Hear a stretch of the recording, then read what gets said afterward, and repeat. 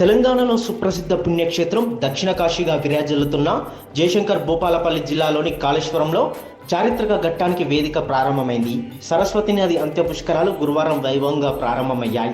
ఈ క్షేత్రంలో అంతర్వాహినిగా ప్రవహిస్తున్న సరస్వతి నది అంత్య పుష్కరాలను కంచి కామకోటి పీఠాధిపతి శ్రీ శంకర విజయేంద్ర సరస్వతి స్వామి ఉదయం 5:43 తొలి పుష్కర స్నానాన్ని ఆచరించారు. ఆయనతో పాటు మంత్రులు కొండ సురేఖ, దుద్దిల శ్రీధర్ బాబు పుష్కర స్నానాలు ఆచరించారు.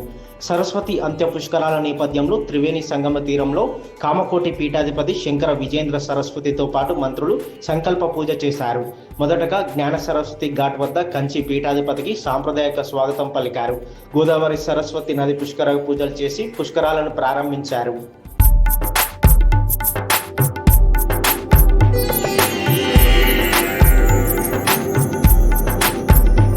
పుష్కరాలు ప్రారంభమైన నేపథ్యంలో భక్తులు తెల్లవారుజాము నుంచే పాల్గొని పుణ్య స్నానాలు ఆచరిస్తున్నారు.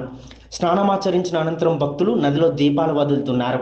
పుష్కరాల నేపథ్యంలో కాళేశ్వరం క్షేత్రం ఆధ్యాత్మిక శోభను సంతరించుకుంది. నేటి నుంచి 12 రోజుల పాటు జరిగే పుష్కరాలకు ప్రభుత్వం పకడ్బందీగా ఏర్పాట్లు చేసింది. 2 తెలుగు రాష్ట్రాలతో పాటు మహారాష్ట్ర, ఛత్తీస్గఢ్ నుంచి పుష్కరాలకు దాదాపు 30 నుంచి 40 లక్షల మంది వస్తారని అధికారులు అంచనా వేశారు. అందుకు అనుగుణంగా ఏర్పాట్లు చేశారు. గతేడాది జరిగిన ఆది పుష్కరాల అనుభవాలను దృష్టిలో పెట్టుకొని ఏడాది ఎలాంటి ఇబ్బందులు లేకుండా ప్రత్యేక కార్యాచరణ రూపొందించారు. 12 రోజుల పాటు జరిగే అంత్య పుష్కరాల్లో భాగంగా త్రివేణి సంగమం వద్ద ప్రతిరోజు కాశీ పండితుల చేత హారతి కార్యక్రమం ఉంటుంది. తదనంతరం తెపోత్సవం కార్యక్రమం నిర్వహిస్తారు. దేవాలయంలో రోజుకో హోమం నిర్వహిస్తారు. 12 రోజుల పాటు కాళేశ్వరం త్రివేణి సంగమం వద్ద ఆధ్యాత్మిక శోభ సంతరించుకోనుంది.